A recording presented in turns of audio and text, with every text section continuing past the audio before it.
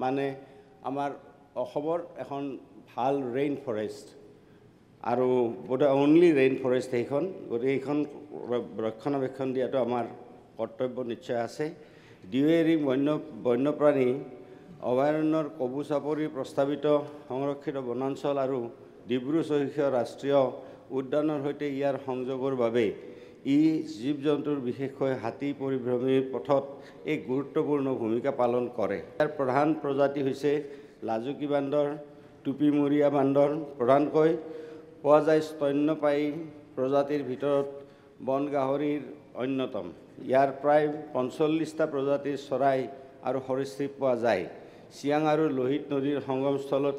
ইয়াত কেইবাটাও প্ৰজাতিৰ মূল্যৱান মাছো পোৱা যায় পভা সংৰক্ষিত বনাঞ্চলৰ বিভিন্ন প্ৰজাতিৰ অৰ্কিডৰ কাৰণেও আকৰ্ষণীয় গতিকে অধ্যক্ষ মহোদয় মই এতিয়া মাননীয় মুখ্যমন্ত্ৰীৰ লগত কালি এই কথাটো পাতিছিলোঁ আৰু মাননীয় মুখ্যমন্ত্ৰী এইটো কথা এগ্ৰী কৰিছে গতিকে ভুৱন বেগু ডাঙৰীয়াই আজি শুনি সুখ পাব আপুনিও শুনি সুখ পাব যে এইখন আমি ৱাইল্ড লাইফ চেংচুৰী হিচাপে আমি পভা অভয়াৰণ্যক আমি কৰিম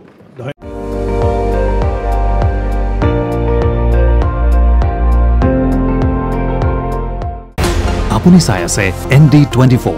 সৰ্বশ্ৰেষ্ঠ নহয় সৰ্বোত্তমৰ দৌৰ